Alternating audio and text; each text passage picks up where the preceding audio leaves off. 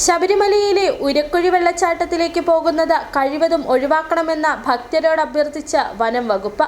പ്രദേശത്ത് വന്യജീവി ആക്രമണം വർദ്ധിക്കുന്ന സാഹചര്യത്തിലും അപകടങ്ങൾ വർദ്ധിക്കുന്നതിനാലും Sannidhanam special duty range officer Aravind ബാലകൃഷ്ണനാണ് ഭക്തർക്ക് ജാഗ്രതാ നിർദ്ദേശം നൽകിയത്.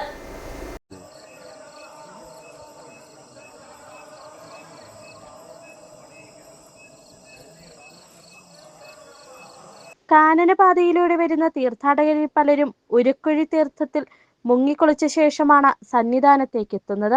വണ്ടിത്താവളത്ത് നിന്നും 400 മീറ്റർ താഴെ മാത്രം അകലത്തിലാണ് ഉരക്കുഴി വെള്ളച്ചാട്ടം.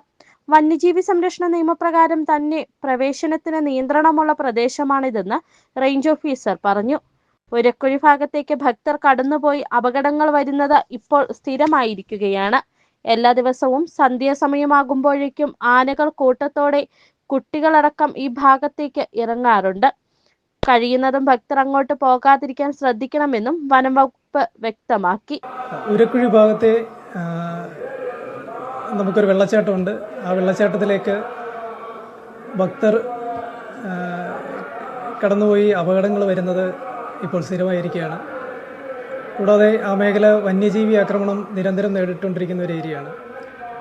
എല്ലാ ദിവസവും സന്ധ്യാസമയമാകുമ്പോഴത്തേക്കും ആനകൾ കൂട്ടത്തോടെ ഇറങ്ങുന്നുണ്ട്, കുട്ടിയടക്കം ഇറങ്ങുന്നുണ്ട്. വന്യജീവി സംരക്ഷണ നിയമപ്രകാരം തന്നെ റെസ്ട്രിക്റ്റഡ് ആയിട്ടുള്ള ഒരു ഏരിയ ആണത്. കഴിയുന്നതും ഭക്തർ അങ്ങോട്ട് കടന്നു പോകാതിരിക്കുക. ആ പോകുന്ന വഴി തന്നെ ഒരു ചരിവും വളരെയധികം വഴുക്കലുള്ള രീതിയിലുമാണ് കിടക്കുന്നത്. ആളുകൾ വീണ് കഴിഞ്ഞാൽ വളരെയധികം പരിക്ക് പറ്റാനുള്ള ഒരു സാധ്യതയും ആ മേഖലയിലുണ്ട്.